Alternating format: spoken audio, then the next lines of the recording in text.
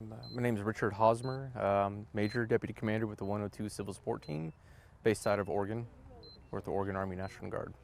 Yeah, the civil support teams are designed to assist, assess, and advise civil and domestic authorities, federal authorities, and incidents involving CBRN or chem bio rad nuke attacks or man-made disasters. So the purpose of this exercise is for us to come together and train with our sister agencies and partners.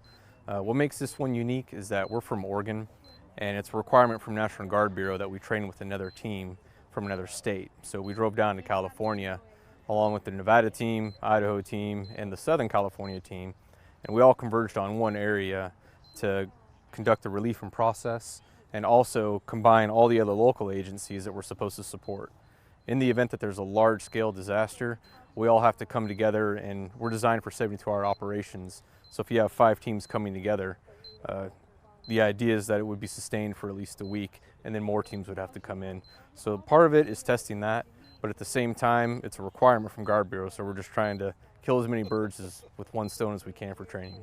Well, what I learned in particular is that your demographics can be very different in the state of California as opposed to the state of Oregon. However, the agencies involved and the responding agencies are very similar. Oregon is fortunate in that our population isn't too big, so we're able to train and work with every agency on an annual basis in the state of Oregon. However, in California, larger events like this are necessary in order to bring together multiple counties and cities and try and get as much training done as possible in that week time frame. So that's one thing that we can take away from then when we go back home to Oregon is maybe to try and do one of these every 2 years or so to bring as many agencies together just to maintain those relationships. Well, we brought 18 people, 6 vehicles and 2 trailers for this exercise, and we decided to drive down in the event that we were actually called for a response to support our neighboring state of California. Most likely we would be driving down instead of waiting for a plane, because we could get here in approximately 8.5 hours. So coming down here and then just combining our operations together essentially was the main thing that we wanted to take away from bringing the multiple teams together, so we can fall in and work together and do that relief in place process. Well, right now is actually downtime. What's going on behind me, our survey team members are practicing some radiation surveys, and the opportunity arose from the Department of Energy being here along with the Environmental Protection Agency. They brought actual live sources, and which is good because we have to maximize that training value. You don't always have those radiation sources available. And so since we have them here, we're actually going to maximize the training opportunity, get to use all of our equipment. Because all the licensing and safety requirements for radiation sources, we don't always get to use them.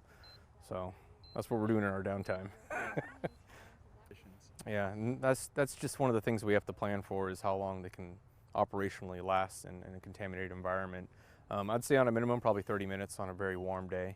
But the idea is to do sustained operations, and that's one thing that we could try to practice here while we're in California with 5 teams present, is we can try to maintain those sustained operations by doing a leapfrog or work rest cycles. And on average though, when the average temperature is around 60, you can probably get about an hour in the suit with a self-contained breathing apparatus. Oh yeah, it's exhausting for sure. They have to be med monitored by our physician assistant on site. Not only is that an OSHA requirement, but maintaining their physical and mental health is of the utmost priority, because as they're the ones that do all the hard work downrange, if they're not rested and energized, then the whole operation is going to stop. So making sure that when they come out, they're hydrated, they're fed, and they're medically monitored. We take their weight, their pulse, their blood pressure, and make sure we give them at least 2 hours for every 1 hour they're working, and we have to maintain that, otherwise we're going to burn them out too quick.